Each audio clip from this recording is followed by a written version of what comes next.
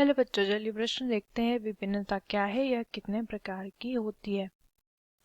तो आइए जानते हैं हमारे प्रश्न की मुख्य अवधारणा। हमारे प्रश्न की मुख्य अवधारणा है, हमें बताना है विभिन्नता के बारे में और साथ ही साथ इसके प्रकार भी हमें बताने हैं। तो सबसे पहले जानेंगे विभिन्नता क्या होती है। देखिए, पैतृक पीढ़ी से संतति के अंदर क्या होता है? लक्षणों का स्थानांतरण। लक्षणों का क्या होता है? स्थानांतरण होता है। जब समान लक्षणों का स्थानांतरण होता है, यानी पैतृक पीढ़ी के समान ही संतति में लक्षण दिखाई देते हैं, तो वो क्या होंगे? वो उनके समान लक्षण होंगे। लेकिन जब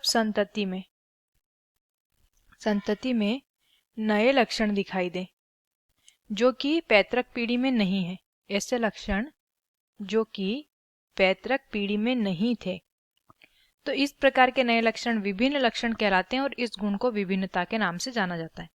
यानी कि संतति में पैतृक पीढ़ी के अलावा नए लक्षणों का संचरण क्या कहलाएगा? विभिन्नता। अब विभिन्नता जो होती है दो प्रकार की होती है। कितनी होती है? दो प्रकार की होती है। पहली होती है जननिक विविधता। जननिक विविधता क्या होती है? देखिए, ऐसी विविधता जो कि जनन कोशिका जो होती है उनमें पाए जाने वाले जीन के गुण में परिवर्तन से उत्पन्न होती है। जनन कोशिका के जो जीन होते हैं उनमें गुणों में परिवर्तन आने पर जो विभिन्नता या जो विविधता उत्पन्न होती है उसे जननिक विविधता कहते हैं। इस प्रकार की जो विभिन्नताएं होती है जननिक कोशिकाओं में होने के कारण वंशागत होती है। ठीक है, जैसे कि बाल का रंग,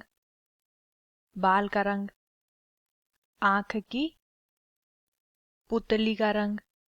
ठीक है, ये क्या है? ये जो है बाल का रंग, जैसे दोनों माता पिता में जो है काले बाल हैं, लेकिन संतति में यदि भूरे बाल जो हैं उत्पन्न होते हैं तो इसे एक जननिक विविधता कहेंगे। दूसरा प्रकार जो होता है वो होता है दैहिक विविधता।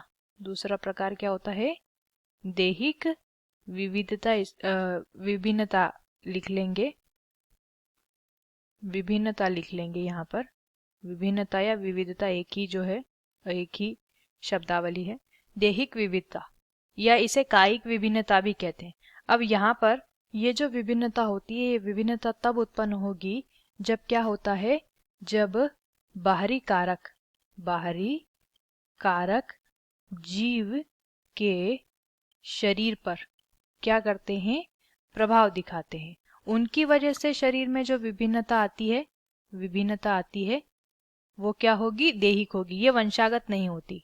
वंशागत ये नहीं होती। अब देखिए, कोई पैतृक जो है वो गोरे वर्ण के हैं। अब उनकी जो संतति है वो संतति यदि अत्यधिक सूर्य प्रकाश में रहने के कारण उसकी त्वचा का रंग जो है काला पड़ जाता है, जो कि एक बाहरी कारक के कारण हुआ है।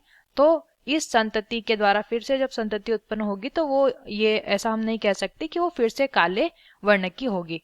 तो ये जो बाहरी कारकों की वजह से जीव के शरीर में विभिन्नता देखने को मिलती है, ये दैहिक विभिन्नता होती है और ये वंशागत भी नहीं होती है। ये दो प्रकार विभिन्नता के। आशा करते हैं आपको इस प्रश्न का उत्तर समझ आया होगा। धन्यवाद।